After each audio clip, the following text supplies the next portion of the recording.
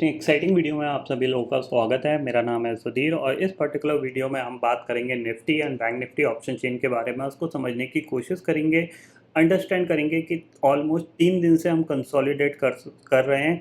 तो क्या अब बड़ा धमाका करने के लिए मार्केट तैयार हो चुका है? क्या ऊपर की तरफ ब्रेकआउट आएगा या फिर हम दोबारा से नीचे की तरफ बढ़ेंगे? तो ये सारे पर्टिकुलर पॉइंट हम इस पर्टिकुलर वीडियो में डिस्कस करेंगे और इस सारे इंपॉर्टेंट लेवल जानने की कोशिश करेंगे। तो जल्दी से इस वीडियो को स्टार्ट करते हैं चेन डाटा पे और समझेंगे यहाँ पे कि निफ्टी का ऑप्शन चेन डाटा कैसा बन रहा है और साथ ही साथ अंडरस्टैंड करने की कोशिश करेंगे कि 2 दिन के कंसोलिडेशन के बाद क्या मार्केट रेडी है बड़ा ब्रेकआउट देने के लिए या फिर बड़ा ब्रेकडाउन देने के लिए। इस चीज़ को हम समझने की कोशिश करेंगे। बट सबसे पहले बात करते हैं मार्केट एट 11 के वीडियो की। मार्केट एट 11 के वीडियो में मैंने आपको क्लियरली समझाया था कि अगर ये ब्रेकआउट है, बेसिकली अगर ये मोमेंटम है तो इसको इसको निकल जाना चाहिए, इसको ज़्यादा देर होल्ड नहीं करना चाहिए। तो यहाँ पे आप देख रहे हो कि यहाँ पे इसने काफ़ी देर तक टाइम गुजारा, ठीक है ना। आप ये देख रहे हो यहाँ पे इसने काफ़ी देर तक टाइम गुजारा, एक बार से निकलने की कोशिश करी बट निकल नहीं पाया। उसके बाद फिर नीचे फिर जाने की कोशिश करी, अल्टीमेटली कहीं ना कहीं 17,000 आपको 17,680 के आसपास ये कंटिन्यूसली अटकता रहा है, ठीक है। तो आज का दिन अगर देखा जाए तो पूरा इसने एक ऑलमोस्ट, अगर ये देखा जाए तो ये एक चैनल था जिसके अंदर ये कामकाज कर रहा था, ठीक है। तो एक कंसोलिडेशन वाला डे रहा, पॉजिटिव था बट एक मोमेंटम नहीं हुआ। मॉर्निंग का ही मोमेंटम में 17,550 से लेके 17,650 तक का 100 पॉइंट का मूवमेंट हो चुका था। बट कल क्या हो सकता है इसको हम समझेंगे। सेम चीज़ बैंक निफ्टी में अगर आप देखोगे तो बैंक निफ्टी भी आपका यहाँ पे आपका पूरा दिन ये एक पर्टिकुलर साइडवेज चैनल में रहा। तो कल यहाँ पे एक ब्रेकआउट आ सकता है क्योंकि बैंक निफ्टी की क्लोजिंग है वो बहुत बेहतरीन क्लोजिंग आ रही है, 39,800 की क्लोजिंग है। तो यहाँ से अब सीधा सीधा आपको 1000 पॉइंट का मोमेंटम का एरिया ओपन होता हुआ दिखाई दे रहा है। तो वो क्या कल के दिन ब्रेकआउट आ सकता है या फिर आपको परसों के दिन ब्रेकआउट देखने को मिल सकता है। चांसेस हैं कि कल और परसों में एक बड़ा ब्रेकआउट देखने को मिले आपको। तो उसके लिए आपको थोड़ा सा क्या चीज़ों पे फोकस करना है। सबसे पहले हम ऑप्शन चेन डाटा को देखते हैं। ऑप्शन चेन डाटा में अगर आप देखोगे, एक बार रिफ़्रेश किया मैंने, यहाँ पे आप देखो 17,600 की जो पुट है वहाँ पे करीब 56 लाख का ओपन इंटरेस्ट खड़ा हुआ है, कॉल पे करीब 38 लाख का ओपन इंटरेस्ट खड़ा हुआ है। 17,600 की कॉल तक आपको अनवाइंडिंग देखने को मिल रही है, इवन थोड़ी बहुत ऊपर भी अनवाइंडिंग हो रही है क्योंकि बहुत से लोग यहाँ पे डीप इन द मनी थोड़ा सा ऑप्शन सेल कर, बहुत sorry, out of the money option sell करके बैठे हैं कॉल राइटर, तो उन्होंने भी अपनी पोजीशन हल्की करी है क्योंकि मार्केट ऊपर मूव कर रहा था, ठीक है। 17,700 की बात करते हैं तो यहाँ पे आपका 50 लाख का ओपन इंटरेस्ट खड़ा हुआ है। 17,700 के पुट पे सिर्फ 23 लाख का ओपन इंटरेस्ट खड़ा हुआ है। इसका मतलब क्या है, 17,700 के ऊपर अगर निफ्टी टिका तो फिर आपको 17,800 और 17,850 तक के टारगेट देखने को मिल सकते हैं। यानी जो अब हर्डल है निफ्टी के लिए वो आपका 17,700 ही है।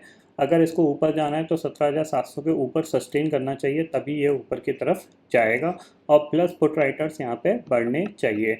जैसे ही पुट राइटर्स ऊपर के लेवल पे शिफ्ट होने लगे हैं 17,800, तो आप समझ सकते हो कि ब्रेकआउट हो गया है और फिर आप इवन 17,800 17,900 तक के टारगेट के लिए लॉन्ग में बैठ सकते हो। ये पॉइंट आप क्लियरली समझ लीजिए, ठीक है। चलते हैं चार्ट पे और चार्ट को अंडरस्टैंड करते हैं। तो देखो यहाँ पे हम चार्ट पे आ गए। अगर आप यहाँ पे इस चार्ट को 15 मिनट में लगाते हैं तो आप देखोगे ये इस चैनल के अंदर ऑलमोस्ट इसका कंसोलिडेशन चल रहा है, ठीक है। अब ये इसके हायर लेवल पे आके इसने आज कंसोलिडेशन किया है। तो इसका मतलब क्या है कि अगर इस चैनल से बाहर निकला यानी 17,700 के ऊपर निकला तो फिर इसके लिए जो नेक्स्ट टारगेट खुलेंगे वो सीधे सीधे आपके यहाँ तक के खुलेंगे जहाँ से एक गिरा था, यानी 18,000 तक के टारगेट खुलेंगे। तो एक मोमेंटम यहाँ पे बन सकता है और ट्रेंडिंग अगर मार्केट मिला तो डेफिनेटली आपको एक 200 से 250 पॉइंट का मोमेंटम यहाँ पे इजीली बनता हुआ दिखाई देगा। इसके लिए 17,700 के बाद कोई ज़्यादा हर्डल नहीं है, सिर्फ आप कह सकते हो कि ये एक हर्डल रहेगा जो कि 17,850 है। इससे पहले आपके पास कोई हर्डल नहीं है। तो अगर market let us suppose higher high higher low का फॉर्मेशन बनाता है, ठीक है, तो आपको यहाँ पे लॉन्ग साइड पे ही बैठ जाना है क्योंकि फिर आपको एक अच्छे टारगेट निफ्टी के अंदर देखने को मिल सकते हैं। ये पॉइंट आपको क्लियरली ध्यान में रखना है, ठीक है। इतना आपको समझ में आ गया होगा। चलते हैं बैंक निफ्टी में, तो बैंक निफ्टी को भी देख लेते हैं। तो बैंक निफ्टी की अगर आप देखोगे तो यहाँ पे देखो डे चार्ट पे आप बैंक निफ्टी हायर लेवल पे कंटिन्यूसली सस्टेन कर रहा है और क्लोजिंग भी इसकी ऑलमोस्ट अगर देखा जाए तो आपकी 39,805 की क्लोजिंग आई है। ठीक है, 15 मिनट टाइम फ्रेम मैंने यहाँ पे लगाया है और अगर आप देखोगे तो यहाँ पे इसने ऑलमोस्ट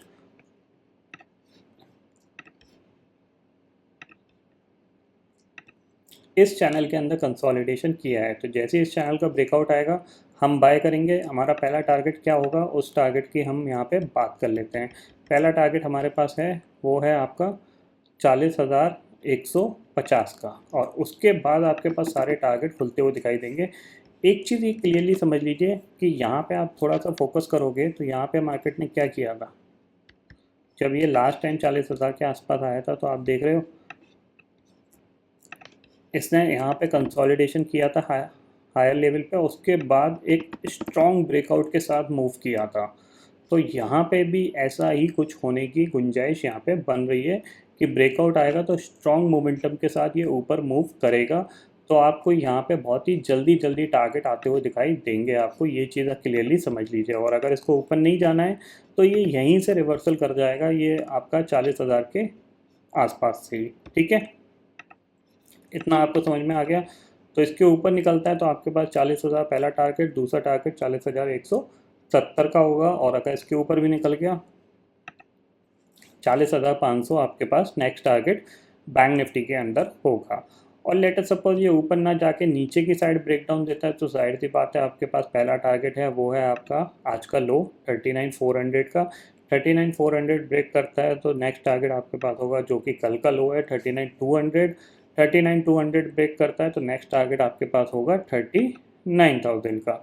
यहाँ पे आके ये सपोर्ट ले सकता है, अगर नहीं लेता है इसके नीचे भी चला जाता है तो जाहिर सी बात है नेक्स्ट फिर टारगेट आपके लिए जो खुलेंगे वो आपके खुलेंगे 38,800 और 38,500 के। ठीक है, इतना आपको यहाँ पे क्लियरली समझ में आ गया होगा। तो ये पॉइंट आपको यहाँ पे ध्यान में रखना है निफ्टी और बैंक निफ्टी के लिए। जो मोमेंटम है वो पॉजिटिव साइड है। अब मोमेंटम को साथ कौन देगा, जाहिर सी बात है हमारा मार्केट हायर लेवल पे सस्टेन कर रहा है। ऐसा नहीं है कि निफ्टी बैंक निफ्टी सस्टेन कर रहे हैं, कंटिन्यूसली मिड कैप इंडेक्स भी हायर लेवल पे सस्टेन कर रही है। तो ये चीज़ आप क्लियरली समझ लीजिए कि ब्रॉडर बेस इंडेक्स भी बाइंग आ रही है जो कि मार्केट को सपोर्ट कर रही है हायर लेवल पे सस्टेन करने के लिए। अब सिर्फ हमें एक ही प्लस पॉइंट चाहिए, वो चाहिए ग्लोबल मार्केट का थोड़ा सा सपोर्ट। अगर ग्लोबल मार्केट थोड़े से यहाँ पे स्ट्रांगली मूवमेंट करना स्टार्ट करते हैं या फिर सपोर्ट ले लेते हैं अपनी फर्दर गिरावट से, तो फिर यहाँ पे एक अच्छा मोमेंटम बनने को रेडी है हमारा मार्केट, ये चीज़ समझ लीजिए। तो डाउ जोन्स की अगर बात करें यहाँ पे देख सकते हो आप कि इसका हाई था अराउंड 34,200 के करीब, वहाँ से 31,200 तक का इसने लो बना दिया। एक काफ़ी अच्छी गिरावट यहाँ पे देखने को मिल चुकी है। अगर मैं इस मंथ वाइज देखूँ तो हिस्टोरिकली अगर मैं यहाँ पे जाता हूँ तो मंथली वाइज देखोगे तो करीब करीब आपका ऑलमोस्ट अगस्त मंथ में ये 4% गिरा था और इस महीने करीब अभी भी देखा जाए तो ऑलमोस्ट आधा परसेंट के आसपास नेगेटिव है। तो टोटल आप एक्सपेक्ट करो कि 4% ये गिर चुका है। जबकि हमारा मार्केट की अगर हम बात करें निफ्टी की, तो निफ्टी आपका हिस्टोरिकल में आप जाओगे तो मंथली में आप देख सकते हो कि हम अगस्त मंथ में 3.5% ऊपर थे, जुलाई मंथ में हमने ऑलमोस्ट 8.5% की रैली दिखाई थी, और सितंबर मंथ में अभी हम ऑलमोस्ट आधा परसेंट डाउन है।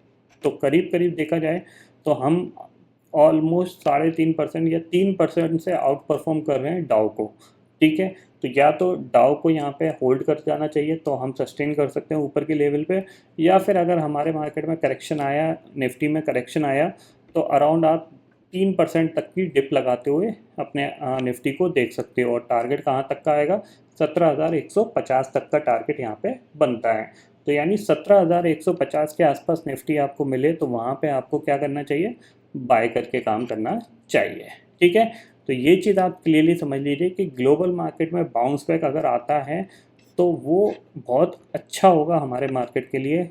ये चीज़ आप क्लियरली समझ लीजिए, तो फिर आपको एक अच्छा खासा ब्रेकआउट देखने को मिल सकता है।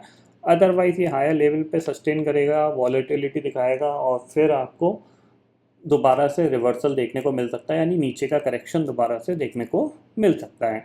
हमारे लिए बहुत सी चीज़ें पॉजिटिव होती हैं। सितंबर अक्टूबर मंथ में आपको पता है कि फेस्टिवल सीजन स्टार्ट हो जाते हैं, तो यहाँ पे आपको ऑटो ऑटो नंबर्स अच्छे आते हुए दिखाई देते हैं। ऑटो सेक्टर कंटिन्यूसली मार्केट में सहारा देता है, और प्लस अगर जाहिर सी बात है कि बैंकिंग के लिए काफ़ी पॉजिटिव रहते हैं, क्योंकि अगर आप देखोगे तो फेस्टिवल सीजन में ज़्यादातर लोग चीज़ें शॉपिंग करते हैं। आपका कैपिटल गुड्स कंपनी होती हैं, उनमें भी काफ़ी अच्छा अट्रैक्शन देखने को मिलता है, तो जिसकी वजह से क्या है, कंटिन्यूसली मार्केट के लिए हर पैरामीटर से पॉजिटिविटी रहती है, तो इसीलिए मार्केट यहाँ पे मूवमेंट करता है।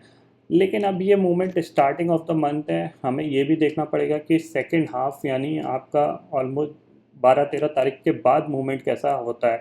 हो सकता है स्टार्टिंग ऑफ मंथ में मार्केट ऊपर जा रहा है तो सेकेंड हाफ में आपको प्रॉफिट बुकिंग देखने को मिल सकती है, यानी लास्ट सीरीज़ के आसपास आपको प्रॉफिट बुकिंग देखने को मिल सकती है। ये चीज़ भी आपको ध्यान में रख के चलना है, क्योंकि अगर ग्लोबल मार्केट नहीं संभलेंगे, वो गिरते चले जाएंगे, तो हम ज़्यादा दिन तक ऊपर टिक नहीं पाएंगे, फिर हमारे पास भी गिरने की चांसेस बन जाएंगे। ये चीज़ आपको यहाँ पे समझ में आ गई होगी। तो आई होप दोस्तों ये पर्टिकुलर डाटा आपको समझ में आ गया होगा। दोस्तों फिलहाल इस वीडियो में इतना ही है। आई होप ये वीडियो आपको पसंद आएगा। वीडियो पसंद आता है तो लाइक और शेयर ज़रूर करिएगा, और चैनल को जो सब्सक्राइब कर लीजिए, क्योंकि मैं सुधीर लेके आता रहूँगा हर दिन आपके लिए नए नए वीडियो। इसी के साथ शुक्रिया दोस्तों, जय हिंद।